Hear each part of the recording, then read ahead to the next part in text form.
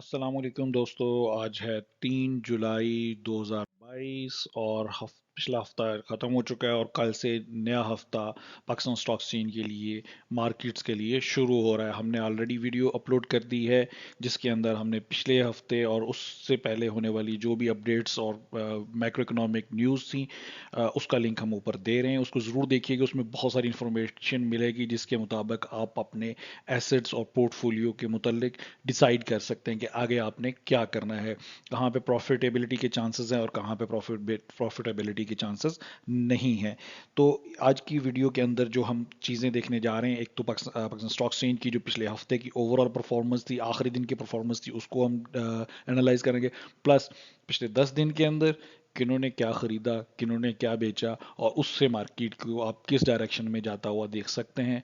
अगले हफ्ते next week में जो कल से शुरू होगा उसके अंदर आप क्या स्ट्रेटेजी अडॉप्ट कर सकते हैं जिससे आपको फ़ायदा हो सकता है और वो कौन से स्टॉक्स हैं जो डेफिनेटली आपको अच्छा बेनिफिट दे सकते हैं अभी भी और लॉन्ग टर्म में। तो शुरू करते हैं। सबसे पहले हम बात करते हैं बिगर पिक्चर की, जो हम हमेशा करते हैं सब डेली। ये जो है आखिरी दिन जुमे वाला दिन, आप जानते हैं कि हमारी प्रिडिक्शन थी कि एक रेड कैंडल होगी, लेकिन इट वाज गुड।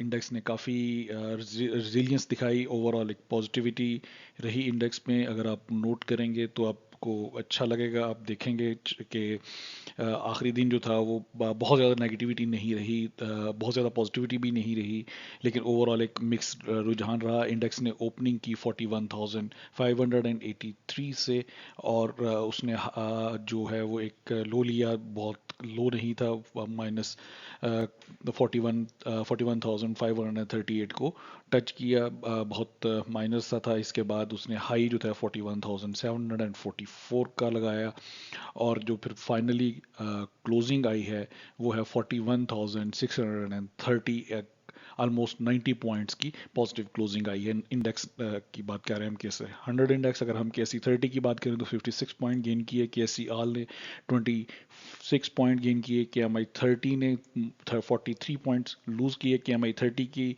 जो न्यू कंपनीज एंटर की गई हैं उसकी डिटेल्स अगेन हमने इस वीडियो में मेंशन कर दी हैं, जो कि हम आपके साथ शेयर की है पहले भी और अभी भी हम उसका लिंक ऊपर दे रहे हैं।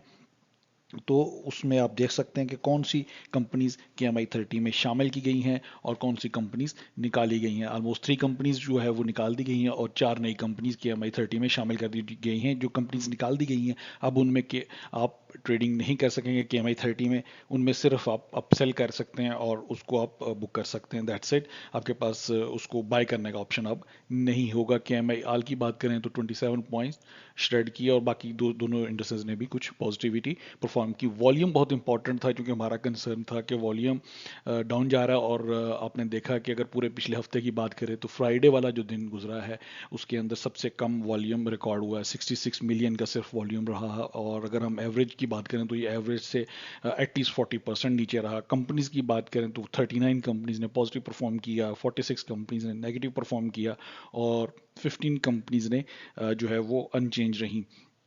आगे चल के हम बात करेंगे कि ऐसा क्यों रहा और कौन सी कंपनीज थी। तो जैसे ही आप देख सकते हैं कि BAHL ने पॉजिटिव परफॉर्म किया है इंडेक्स के लिए, EFERT ने पॉजिटिव परफॉर्म किया है, FFC ने पॉजिटिव परफॉर्म किया। सो फर्टिलाइजर सेक्टर से आप देख सकते हैं पॉजिटिविटी देख सकते हैं। इसके बाद MCB की तरफ से पॉजिटिविटी दिखाई दी, MEBL की तरफ से पॉजिटिविटी है, UBL की तरफ से पॉजिटिव पॉइंट ऐड किए गए, POL की तरफ से, SNGP, इसके अलावा हबको, BAFL, एबर्ट, MTL, लॉटकैम, ANL, मारी, ये वो कंपनीज हैं जिन्होंने पॉजिटिव पॉइंट ऐड किए। तो अगर आप बिगर पिक इसको देखेंगे तो आपको नज़र आएगा बैंकिंग से पॉजिटिव पॉइंट ऐड हुए हैं, फर्टिलाइज़र से पॉजिटिव पॉइंट ऐड हुए हैं।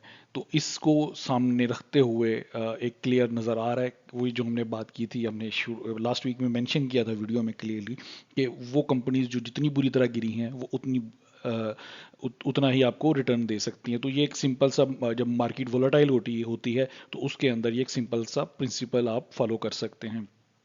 फॉर शॉर्ट टर्म गेन्स, या आप कह लें कि क्विक गेन्स के लिए या क्विक ट्रेड्स के लिए, स्विंग ट्रेडिंग के पर्सपेक्टिव में आप उनको हाई बीटा और हाई वोलेटाइल कंपनीज जो हैं उनके अंदर आप एंट्रीज ले सकते हैं with stop loss of course.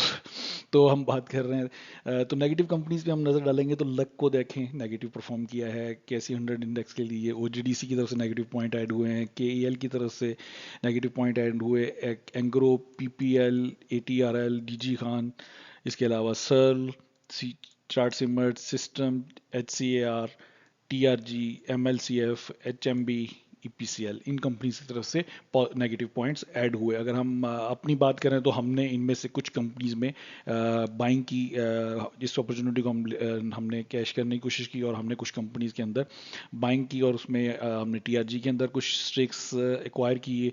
इसके अलावा चूंकि एंग्रो जो है वो हमारे ख्याल में एक बड़ी अच्छी पोजीशन पे है तो हमने उसके अंदर अपनी पोजीशन ली।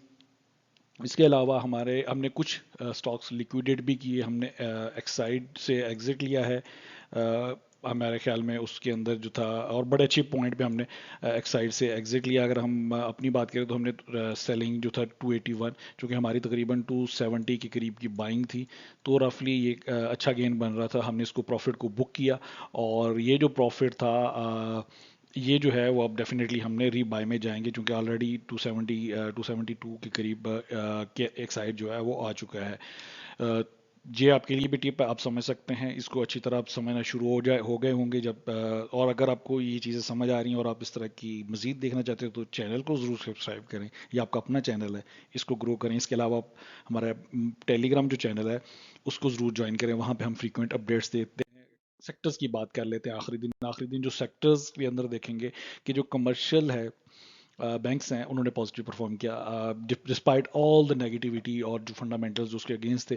लेकिन चूंकि वो बहुत ज़्यादा नीचे गिर चुका तो डेफिनेटली उसने कुछ ना कुछ रिकवरी करनी थी, और वही आपके सामने क्लियरली नज़र आ रहा है कि सबसे ज़्यादा पॉइंट्स कमर्शियल बैंक्स की तरफ से ऐड हुए हैं। फर्टिलाइजर सेक्टर से देखें आप, positive point add, oil and gas, textile और बाकी जितने भी कुछ सेक्टर से पॉजिटिव पॉइंट्स आप देख सकते हैं। केमिकल, ग्लास, वनस्पति, टेक्सटाइल, मिसलिनियस और investment banks, close end funds वगैरह की तरफ से कुछ पॉजिटिव पॉइंट्स ऐड हुए। नेगेटिव की बात करें तो सबसे ज़्यादा नेगेटिव सिमर्ट, उसके बाद टेक्नोलॉजी, उसके बाद रिफाइनरी, उसके बाद इंजीनियरिंग और बाकी इंश्योरेंस, फार्मास्यूटिकल की तरफ से। हालांकि फार्मास्यूटिकल के लिए कुछ क्लैरिफिकेशन जो आई हैं, और स्टिल जो है गवर्नमेंट की तरफ से काफ़ी कंफ्यूज स्टेटमेंट्स आ रही हैं एफबीआर की तरफ से भी, और बाकी भी जो हैं वो बड़ी कंफ्यूज स्टेटमेंट्स आ रही हैं, जिसकी वजह से शायद मार्केट जो है वो किसी डायरेक्शन, कोई प्रॉपर डायरेक्शन लेने में सेक्टर वाइज भी नहीं रह पा रही। Food and personal care, oil and gas, automobile, paper and boards, transport, cable and electrical, automobile sector भी नेगेटिव परफॉर्म कर किया है। फ्राइडे वाले दिन डेली चार्ट के ऊपर चलते हैं, वेरी इंपॉर्टेंट चार्ट है जी। हमारी ये जो 2 दिन थे इनके लिए हमारी नेगेटिव प्रोडिक्शन थी, हाउएवर इंडेक्स ने इसके अंदर एक दिन थर्सडे वाले दिन तो बहुत ज़्यादा पॉजिटिविटी दिखाई। आप देखें बड़ी सॉलिड कैंडल आपको नज़र आ रही होगी in hammer shape, not hammer shape, in fact इससे भी सॉलिड। अगर आप फ्राइडे वाले दिन देखें तो उस दिन बड़ी अच्छी कैंडल, नेगेटिव तो नहीं रही, लेकिन आप एक कैंडल देख सकते हैं, ग्रीन कैंडल अगेन। तो आखिरी 2 दिन जो था वो इंडेक्स ने पॉजिटिव परफॉर्म किया है। अब सवाल इसमें ये देखें, अगर आप आरएसआई को देखें तो वो अब भी आपको थोड़ा सा संभलता हुआ नज़र आ रहा है, वो 50 जो एक पॉइंट से ऊपर था उससे नीचे आ चुके हैं, तो शायद हम कल फिर थोड़ी सी पॉजिटिविटी देखें। ओवरऑल इंडेक्स साइडवेज है, हम आपको क्लियरली यहाँ पे अगर आप देखें तो बेसिकली इंडेक्स की जो रेजिस्टेंस एरिया है वो 42,500 है, अगर सपोर्ट एरिया देखें तो वो 41,000 है। तो ये रफली 1500 के पॉइंट्स की जो रेंज है इंडेक्स इसी के अंदर खेल रहा है। अगर आपको याद हो और पिछले हफ्ते की वीडियो याद हो तो हमने बिल्कुल क्लियरली बताया था कि 42,467 वो एरिया है जहाँ से पे आपको सेलिंग करनी चाहिए, जिस पे आपको मैक्सिमम एग्जिट ले लेना चाहिए आपके जितने भी ट्रेडिंग पोर्टफोलियो है। और 41,000 या 40,700 ऐसा एरिया है जहाँ पे आप स्विंग ट्रेडिंग वाला जो आपका क्विक ट्रेड वाला पोर्टफोलियो उसके आप बेशक पूरा का पूरा एंटर हो सकते हैं, और आप स्पोर्ट और वो विद स्पॉट स्टॉप लॉस वहाँ पे आप एंट्रीज ले सकते हैं। That's very important. इसको हम जरा वीकली चार्ट, चूंकि वीकली हम रिव्यू कर रहे हैं तो वीकली चार्ट देखना बहुत इंपॉर्टेंट है। तो आप देखें कि वीकली कैंडल जो है ये जो हम एक्सपेक्ट कर रहे थे negative, it is not negative. Red candle नहीं बनी, पॉजिटिव कैंडल बनी है, और ठीक बनी है। अगर आप वॉल्यूम की बात करें तो पिछले वीक के वॉल्यूम से वॉल्यूम कम है, लेकिन अगर आप एवरेज के ऊपर नज़र डाल रहे हैं तो आपको एवरेज पॉजिटिव नज़र आता है। और अगर आप वीक ऑन वीक गेन की बात करें तो 578 पॉइंट्स इस वीक में इंडेक्स ने गेन किए हैं फ्रॉम द बॉटम, जो लास्ट वीक की क्लोजिंग थी। तो दैट इज़ समथिंग गुड। इसके अलावा जो इसमें जो नोट करने वाली चीज़ है, वो इम्पॉर्टेंट चीज़ ये है कि स्टिल जो इंडेक्स है वो 40 से, अगर आप आरएसआई को देखते हैं, वो स्टिल 40 से नीचे है। सो हम स्टिल कुछ दिन पॉजिटिविटी एक्सपेक्ट कर सकते हैं, लेकिन ये चूंकि डेली ट्रेड को अगर हम देख रहे हैं तो डेली ट्रेड के पर्सपेक्टिव में हमें ये चीज़ समझनी होगी कि वो जो कंपनीज में जो जितने जिसमें भी आप एंट्रीज ले रहे हैं, उसमें स्टॉप लॉस के साथ आपने एंट्रीज लेनी है। जिसमें भी आप एग्जिट ले रहे हैं, कोशिश करें कि जब बॉटम आए, जब डिप हो और डिपिंग की अपॉर्चुनिटीज आपको कंटिन्यूस मिल रही है, उसके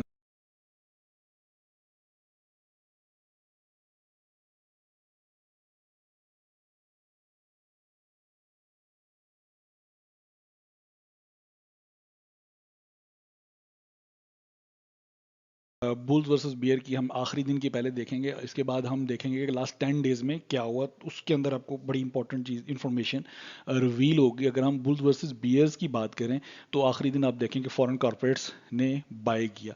फॉरेन कॉर्पोरेट्स पिछले हफ्ते में ये अगेन ये थर्ड टाइम था कि जो है वो नेट बाइंग में थी। और ओवरसीज पाकिस्तानीज ने सेल किया, फॉरेन कॉर्पोरेट्स ने इससे पिछले हफ्ते में 2 दिन ऐसे थे जब वो बाइंग में थी। सो नेट बाइंग में थी, और सबसे ज़्यादा देखें आप बाइंग जो है टेक्नोलॉजी सेक्टर में हो रही है। It can be insider transactions as well, we know that. TRG वगैरह में काफ़ी ज़्यादा कंपनीज आपस में जो है वो ट्रांजैक्शन हो रही हैं, जो उनकी फॉरेन होल्डिंग है और लोकल होल्डिंग है, तो वो भी एक फैक्टर पॉसिबल हो सकता है। उस इंडिविजुअल्स की अगर लोकल की बात करें तो इंडिविजुअल्स ने बाइंग की आखिरी दिन, और एनबीएफसी की तरफ से बाइंग आपको नजर आएगी। बाकी जो है कंपनीज की तरफ से स्लाइटली बाइंग है। बाकी मेजर जो है वो आप देखें सेलिंग में, इंश्योरेंस मैसिव सेलिंग में एक बड़े अरसे से सेलिंग में नज़र आ रही हैं। म्यूचुअल फंड्स भी नेट सेलर्स हैं। बाकी जितनी भी स्मार्ट मनी की हम स्टेक होल्डर्स हैं उनकी बात करें तो वो नेट सेलर्स हैं। कमर्शियल बैंक्स में मेजर बाइंग हुई है।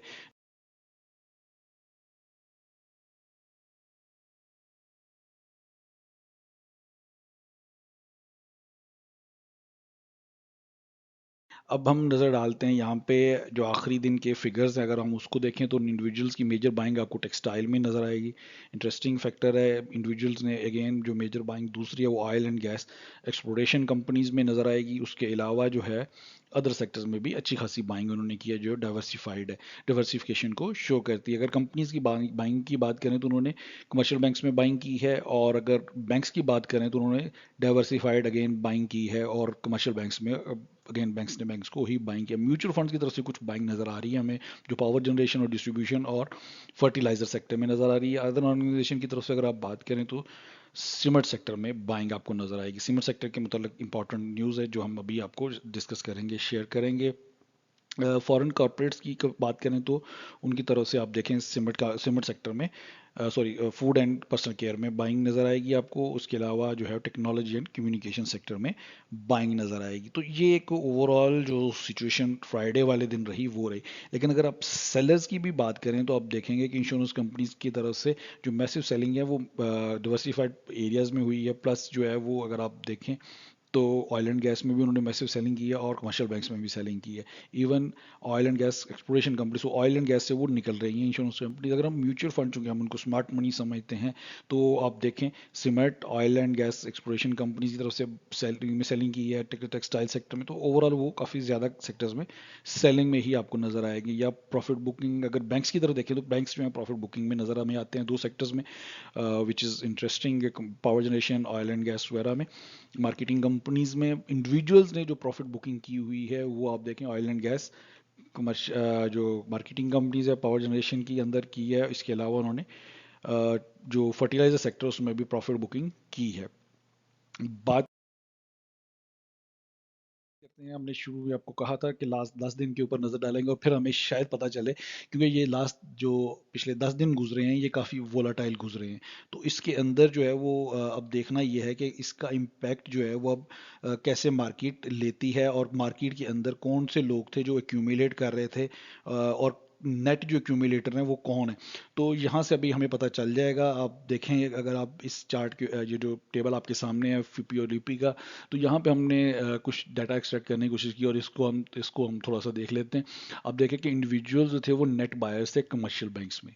Very important. अगर हम थोड़ा सा सेपरेट कर लेते हैं जो म्यूचुअल सॉरी जो स्मार्ट मनी जिसको हम कंसिडर करते हैं, और जो आम जैसे हमारे जैसे जो लोग हैं, जो आम इन्वेस्टर हैं उनको, तो उसमें आप देखें हम लोकल की बात कर रहे हैं फिलहाल। लोकल में आप देखें कि बैंक्स ने मैसिव एक्यूमुलेशन की है सीमेंट सेक्टर में।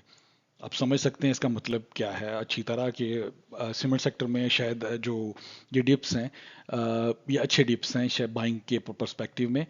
किस वजह से we can't say exactly. Mutual funds की तरफ से देखें तो म्यूचुअल फंड्स ने सेलिंग की है, लेकिन म्यूचुअल फंड्स भी नेट बायर हैं oil and gas marketing companies में। सो ये आपके पास दूसरा सेक्टर हो जाएगा जिसको आप टारगेट कर सकते हैं। इसके अलावा अगर आप मेजर देखें ब्रोकर्स की तरफ से, तो ब्रोकर्स ने oil and gas marketing companies को बहुत अच्छी तरह टारगेट किया है।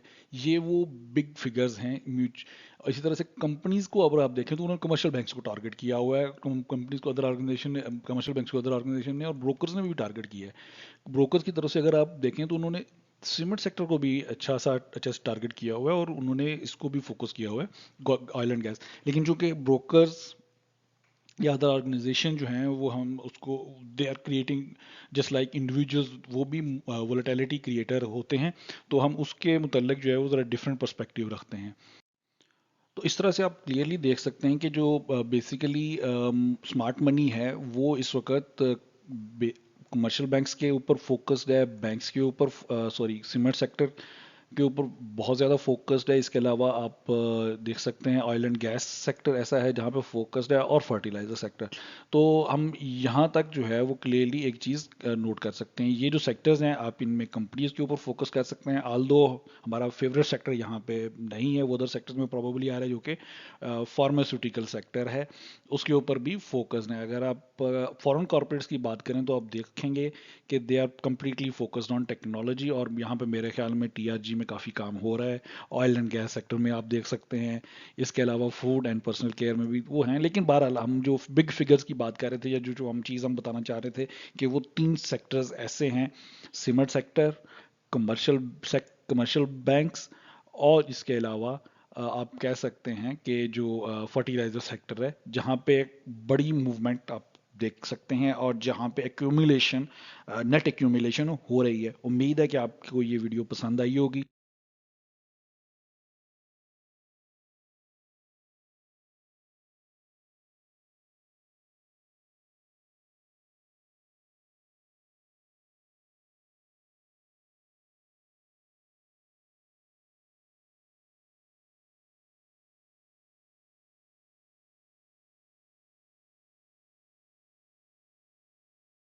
और अगर ये वीडियो आपको पसंद आई है तो प्लीज़ आप चैनल को सब्सक्राइब करें।